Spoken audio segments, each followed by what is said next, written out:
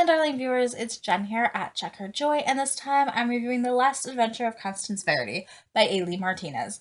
This is a fantasy novel, kind of sci-fi, epic story about a really kick-ass heroine who doesn't really want to be the hero anymore. It is super funny, and it just blends, like, all the tropes get thrown in here and mixed around and played with so much that I love it. So the main character in this book is Constance Verity, and the day she was born, a fairy came and gave her a gift or a curse, depending on how you look at it. And Constance is kind of the savior who has to save the entire world constantly, over and over. So ever since she was 7 years old and the curse officially kicked in, she's been out there saving everybody around her. She's the chosen one, and it's a big responsibility. And she gets to do really awesome things like go save the galaxy on a different planet, or infiltrate a cult and stop this secret society from sacrificing people to the god that lives in the middle of the earth and devours everything. Or I don't even really remember all of her adventures because there's just so many tiny ones that get mentioned in here. She has all these artifacts in her house too, like she has the actual Holy Grail or something, and one of like Ben Franklin's Mad Almanacs or something with like actual predictions. And there's so much going on here, prophecies and religion and cults and aliens and all kinds, anything that could happen definitely happens in this book. Like it's anything could crop up in Constance's life. And it's like adventure keeps calling her and seeking her out, and she constantly has to save everyone. And her curse is that she's supposed to be able to have these two lives, one where she's off having adventures and is exciting and saving the world, and one where she's supposed to have a normal life too. But the normal life thing never really happens. So Constance only really has her parents and her best friend Tia, and she doesn't even get to see them that often. Like, she'll try to do the normal thing, like meet up for drinks or coffee or join the book club, but then something always comes up and she has to call it off. And she has this series of romances that are really just kind of flings.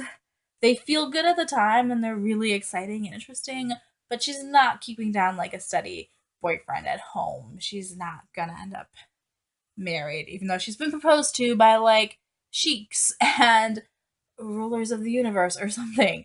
I honestly cannot even remember the specifics of what all of her ventures were, but they're all kind of zany and crazy. Like there's androids that come after her and demons and stuff.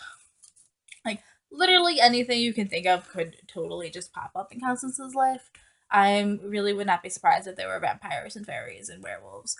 That's probably par for the course for her. So anyway, Constance just really wants to have the normal life.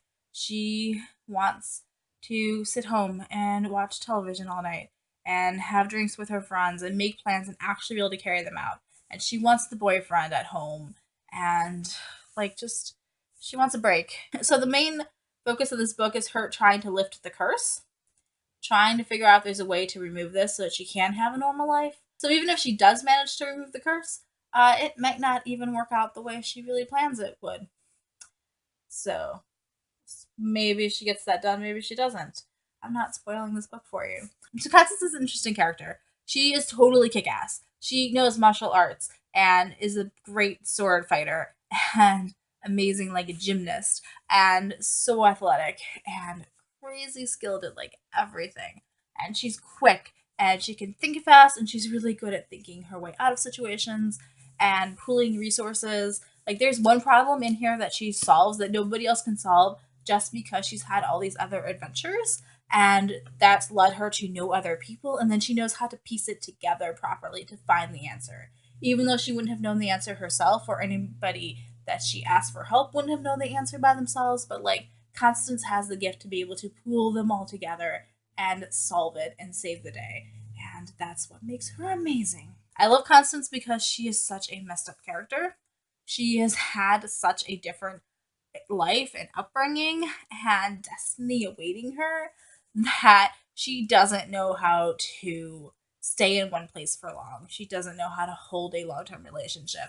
She I mean, like, it's amazing that she even has the one friend in Tia, um, because she's constantly gone. She's not very supportive. Tia's life seems so boring and dull, and even though Constance says that's what she wants, it's hard for like Tia to like talk to her about the boring job and the series of boyfriends that are going nowhere when Constance is off having these flings with ninjas and princes and aliens. Um, so different lives. But I also really love Tia as a character. She ends up becoming kind of the sidekick and the companion helping Constance as she tries to lift the curse. And Tia just wants to be in it. She wants the adventure. She wants this break from her normal life. She has the other side where interesting things happen to her because she's so close to Constance, but not frequently enough. But also, it's kind of safer not constantly being around Constance. So that's their relationships are a mess. Like they're both crazy a little bit, and I love them for it. And there's so much humor in here, and there's so much dealing with their personal stuff and problems and mess and trying to sort it out that I related to it so much. Um, I really feel like these are actual people with real actual problems, even though all this crazy fantasy sci-fi stuff is happening. You know, there are robots attacking them and aliens, and it's cults trying to bring them down, and curses and fairy godmothers. But at the heart of the story are two real characters dealing with their real life, which I appreciated. And I totally related to Tia and Constance more than I probably should. Just because I kind of feel like my life's a bit crazy and messed up right now, too. And I love Ailey Martinez's writing style. Like, even the very first chapter of this book, um, Trouble wasn't content to follow Constance Verity. Trouble was more proactive when it came to Connie. She'd grown used to trouble, so she knew it when she walked into a room. She'd been recognized, and there was nothing to be done about it. She'd almost stop right there, thank the interviewers for the time, and went on their way. But she'd come this far, and she might as well go all the way. It's like I love the way that Ailey Martinez writes in general. Also, like I have read and own like most of his books, um, and it's kind of Hitchhiker's Guide to the Galaxy, and this one almost feels more like that because it's just all over the place in this grand adventure that can go anywhere. But even just the turn of phrase, like the way things are described, like the first sentence is Trouble wasn't content to follow Constance Verity. Trouble was more proactive when it came to Connie. Like,